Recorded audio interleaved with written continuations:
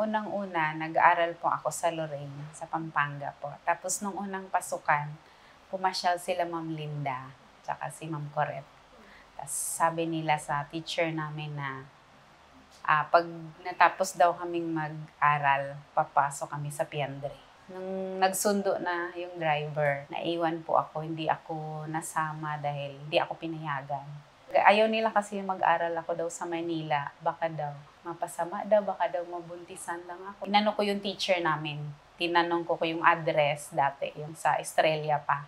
Yung salon system. As yung tinandaan ko. Tapos sabi na, kasi nag-ano ako noon working student ako. Tapos pero bago yon, habang nagtutupi ako ng pinaglalabhan ko, kinakausap ko yung puon na Senior Santo Niño, sabi ko, magbigay ka ng sign, sabi ko, ngumiti ka kung maganda yung buhay ko sa Maynila, sabi ko.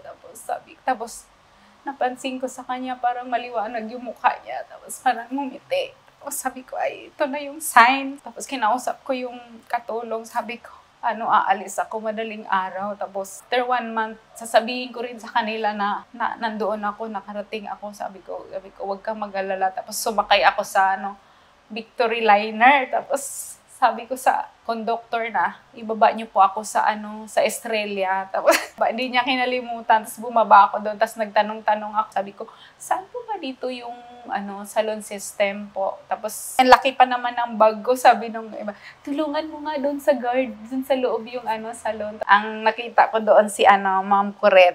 Malapit na magtanghalian. Check, hintayin mo yung driver kasi wala pa. Tapos nakita ko doon sila Ate Rina, Ate Nida. Tapos sabi niya, halika, magmerienda muna tayo. Sabi ko, may baon akong malaking hot cake. Tapos nagsasaluhan namin.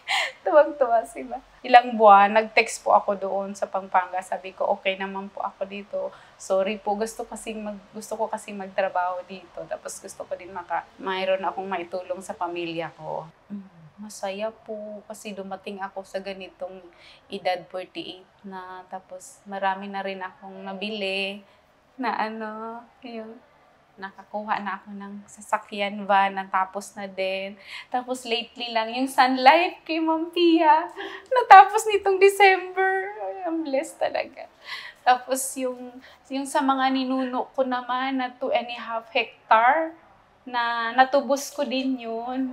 Kasi wala nang natira sa nanay ko kasi gala din kasi yung nanay ko, yung mga lupa niya pinagbibenta ng mga mag-anak nila.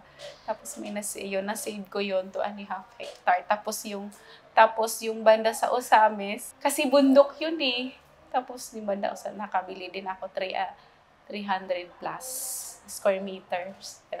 Yun yung plano ko, papabakod ko. Tapos para may mataniman, para hindi naman sayang yung lupa, di ba? May yung makakarvest. Yun yung pangarap ko ngayon.